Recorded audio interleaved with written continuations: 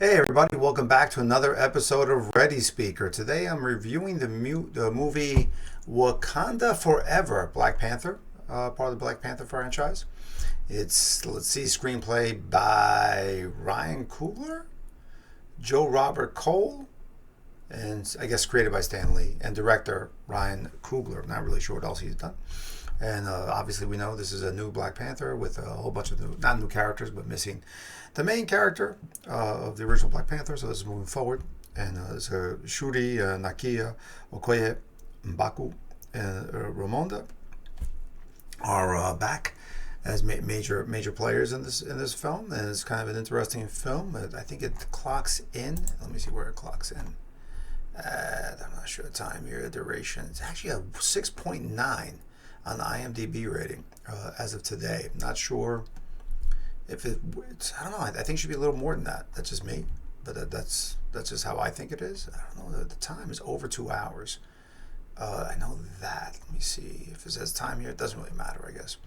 But it's well over 2 hours. So it's a decent movie. It's a lot of movement. I think it keeps the theme of the first Black Panther and the isolated world of Wakanda and keeping it in there, and I think staying true to the character from the comic books.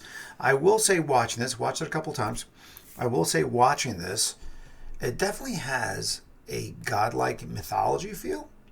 It's two warring worlds. So in this Wakanda Forever, they get in touch with Namor. Namor, the Submariner, gets in touch with them. And there's sort of like this battle between these two worlds. One's a kingdom on the water, one's an isolated kingdom in Africa.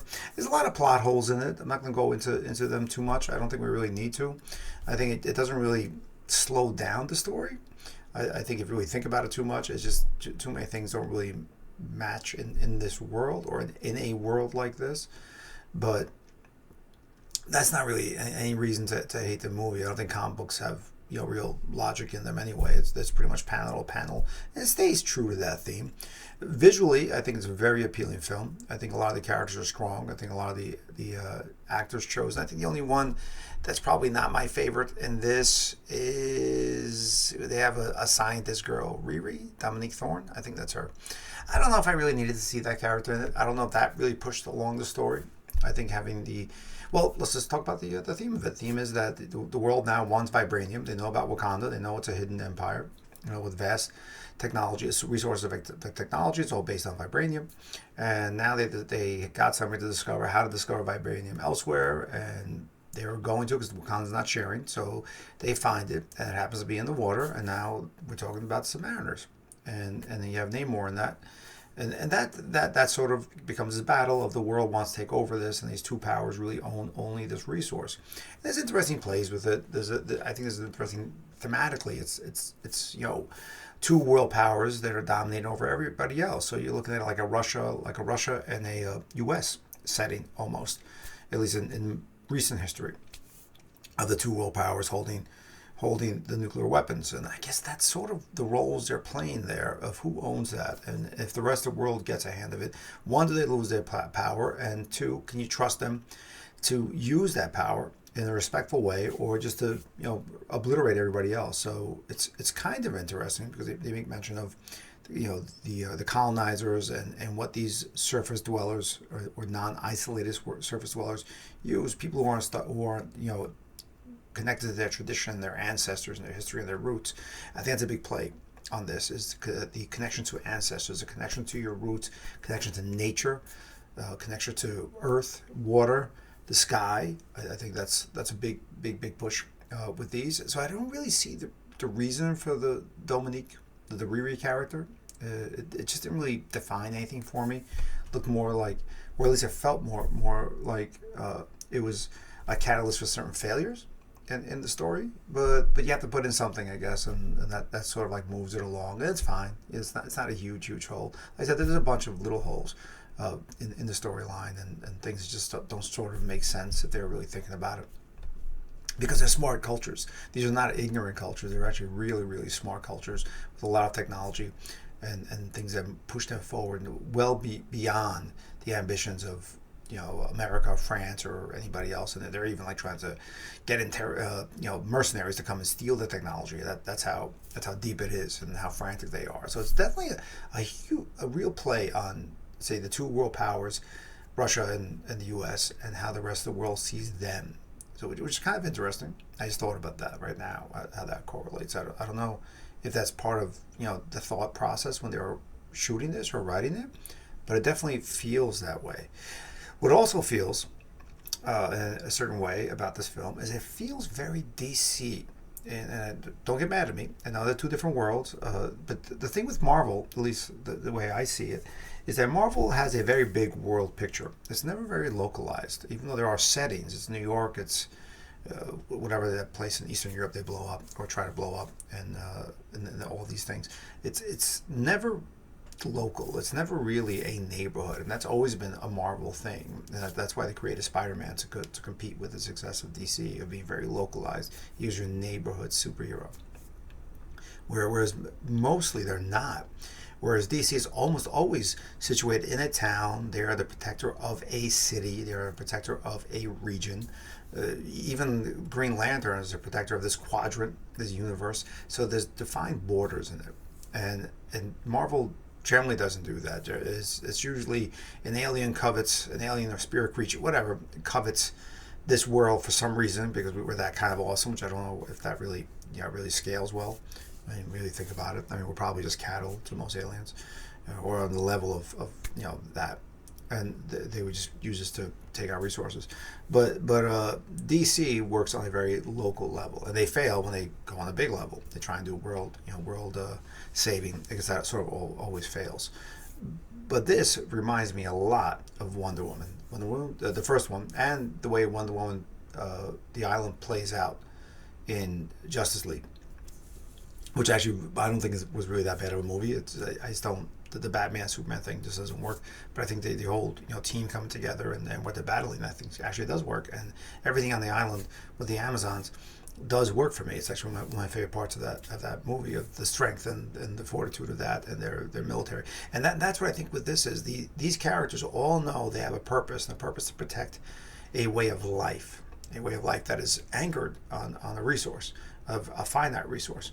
And they know that's always going to be the battle, and that's it. And they're really attached to their leaders. That's probably the biggest fail here. They're overly attached to the leaders, and some of those decisions are very personal on a hyper localized level, where it's really just family, and that's how narrow the scope is. And that, I always have a problem with that. That's just me. It's in storytelling that everybody goes crazy for the one queen, the one prince, and everybody's got to save that prince. I know historically that's happened, but I don't see it as something that really moves a story along well, and I don't really find it a redeeming quality in the characters, where you'll make sure that someone dies to get that one person. So you've killed 70, 100 people to get that one person back, and I think that's, or get revenge. So one person dies, and all of a sudden you're killing 100 people. And I never really got that in stories. I just don't think it plays well. I know what happens. I know I've heard stories even in my family's history about a quick little tidbit. My great grandfather actually was assassinated in Albania, a long time ago. So he was actually killed in the streets, and his brother, I think it was his brother or his son, went on a vengeful path to save his honor or whatever it was. And it was a crazy thing, but that's actually, so that did happen. But does it make logical sense in today? I don't know if it does. I mean, thematically it might, and especially if you look at these stories as these are two gods. These are worlds of different gods. These are the ocean gods, and these are the land gods, and that then starts to make a lot of sense for me when I look at it like that. And this reference of how they see the people, how they see the leaders. They see the leaders as destined for greatness. They are godlike. They are getting these superpowers that bring them above even their enabled people. There's a lot of born half human, half with Namor is half human, half Samaritan, I guess, or whatever they become after they ingest the vibranium from an ocean plant, whereas the Wakandians, Black Panther, ingest it from a jungle plant. So I guess that's where they get their power. And it's really, I mean, it's an interesting way to look at it, to make it big picture. And it's big, but it's still confined to their boundaries of the storytelling. And I think that's why it works. Fight scenes are really good. It's a lot of setup because they're creating a new world with a new Black Panther, or continuing the story without the other Black Panther. And Black Panther, that was, with one, it's a great movie. I have no problems with the first one. I think actually was really, really well done, except that one bad CGI scene. And that's the biggest thing, is that it's just bad CGI for that one thing. But otherwise, a solid movie, really good storytelling, very confined to them experiencing and coming out. So that was a very narrow world. Again, it's a Marvel thing, but it wasn't really Marvel in that sense. It was a very narrow scope, and the borders were defined of what had to happen. And I think this does that equally as well, and it does show their balance of power between these two individuals, of how they could work together. You're wondering, they're surprised by each other. They're surprised about, well, at least the Wakandians are surprised about the underwater world and technology and everything, which you shouldn't be, because you're in a world with superheroes, and if somebody can snap his finger and make the world appear or disappear, this is probably like the lamest surprise you can think of. But when they interact with each other, there's definitely layers of mythology playing into it. The battle scenes are mythic. A little bit of 300 even, I would say. Wakanda Forever. So Spartans, that cry. I think that's part of that mythology that's been created for this series, this franchise. I think there was a movie with Matt Damon that did a great fight scene. Some people were rappelling down. Female warriors were rappelling down a wall. I think it was set in China, and that was something I saw a couple of years ago. I remember that scene really stuck with me, and they sort of repeated that in this one. So I'm not sure if that was the same director, or actually I'm just going to pop up Ryan's stuff here. From Oakland, California, Black Panther film series. He did Creed, Fruitvale Station. He did a lot of stuff. He's worked with Michael B. Jordan a lot, so I think that's kind of interesting. He's worked with him a lot. But actually, he's moving up fast. But he's got some interesting stuff there. But again, I think when you look at these movies and the kind of storytelling they're doing, they are based on mythology. Comic books are the American mythology that no one really thinks about it, but they're superheroes. They're gods. We call them superheroes, but they're gods. They can obliterate the world. They choose not to. They're benevolent. They save us constantly, and they have their own personal sacrifices. And that's what this whole story is about. Is about these characters having a personal sacrifice, and how they save us and how they save the world. Maybe not directly, but in an indirect way, by maintaining the status quo and not letting power corrupt other people that just can't harness the power properly. And I think that's a big thing with this series. I enjoyed it. I think people definitely give it a watch. I haven't heard anything really bad about it. I am surprised that it's 6.9 on IMDb. I thought it'd be a little higher, but now it's on streaming now, so you can watch it. The quality is really good. The fight scenes are really good.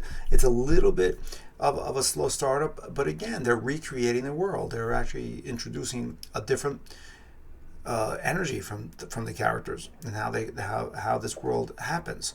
So there was already a storyline going and evolving. I'm sure they had a story in their heads about what they wanted to do for the next Black Panther, and now they got thrown for a little bit of a loop, and they're trying to recreate it. I think they did an excellent job with that. Definitely good directing, really good fight scenes. The choreography was great. I think the costume design was really interesting. They made some really interesting choices. Some, again, I think some plot hole choices, but that's okay.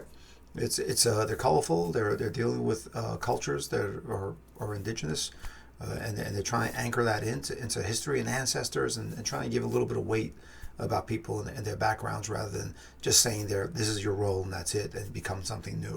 There's a little bit of honor in it, and keeping your word. And I think that's really important to them. And actually, that's probably the biggest pivot point, is once people start breaking their words, that's when everything starts falling apart. As long as they're honorable, it sort of goes in the right direction. But once they become, I don't want to say traitors, but like I said, they're breaking their word to someone. They're taking probably the path they shouldn't take. And it's just going to be hurtful in the long term for everybody. That's when things really go south. So that's really it, I guess. So yeah, give it a watch. It's a fun movie. I've watched it a couple times. It moves. Once you get by the end, the battle scenes are really awesome. Some of the choreography is great. The visuals and the CGI is really on point. I think there's some really, really interesting stuff, and it's very unique in the Marvel universe. So give it a watch. Like it, subscribe if you can. If you want to subscribe to this channel, this is what I do. I review certain things. I know I was trying to do some topics, current event things, but I haven't really gotten to it yet. But I will. But I've been sticking with movie reviews, and I'm having a lot of fun doing it, watching these movies. And I'll have more. So this is Roland DeRucci with Ready Speaker, and again, I've been leaving with this note on my episodes. When you go to sleep, put your head on your pillow. Know when you live the full day, enjoy it, and when you wake up, be happy you can start a new day. So all the best, Roland DeRucci. Bye.